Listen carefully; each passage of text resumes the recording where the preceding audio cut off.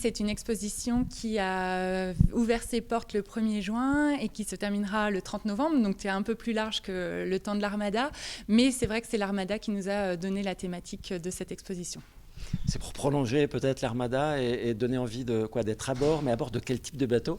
Alors là, on est sur des voiliers du XVIIIe siècle et on s'est aussi beaucoup inspiré de l'Hermione puisqu'on a des objets qui proviennent de Rochefort, donc de la corderie royale, là où on a reconstitué l'Hermione. On a déjà c'est une figure de proue? Oui, c'est ça. En fait, c'est une figure de proue en plâtre qui a servi de modèle à la vraie figure de proue de l'Hermione.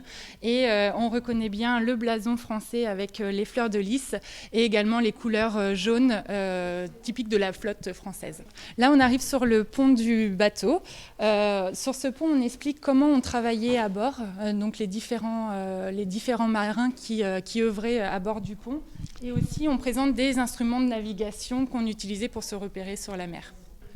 Alors après, on arrive dans une partie qui est consacrée au combat à bord des bateaux. Donc on a par exemple ici des pistolets qui proviennent de Nantes. C'est un dépôt du musée départemental d'Aubray. Et en effet, sur les bateaux, on avait des pièces d'infanterie à bord pour les combats avec d'autres bateaux ennemis. Et puis il y a la vie à bord. Oui, il y a la nourriture, la façon dont on vivait au quotidien à bord. Donc c'est ce qu'on a essayé de présenter ici. Donc on a refait une table avec différents aliments qu'on utilisait à bord. Donc il y a par exemple le citron qui était très important à bord pour lutter contre le scorbut. On a également des biscuits, on a également représenté les vers qui étaient dans ces biscuits puisqu'il y avait beaucoup de vermine à bord et les marins quand ils mangeaient, ils avaient des petits vers dans leur nourriture. On a également une brebis qui est présente ici puisqu'on embarquait des animaux vivants à bord pour avoir toujours de la viande fraîche et également du lait à bord.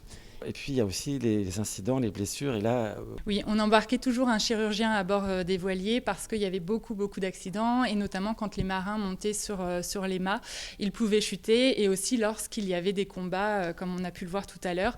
Donc il y a des instruments de médecine qui étaient embarqués à bord et c'est ce qu'on présente par exemple dans cette vitrine.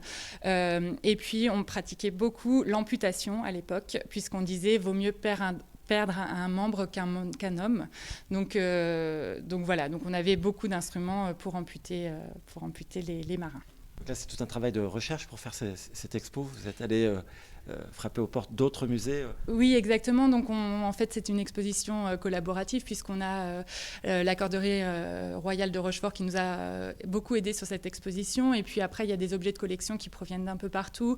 On a par exemple le musée de la médecine de Rouen, on a le muséum d'histoire naturelle du Havre, le musée d'Aubray de Nantes. Et puis voilà, pour nous mettre les collections à disposition pour cette exposition.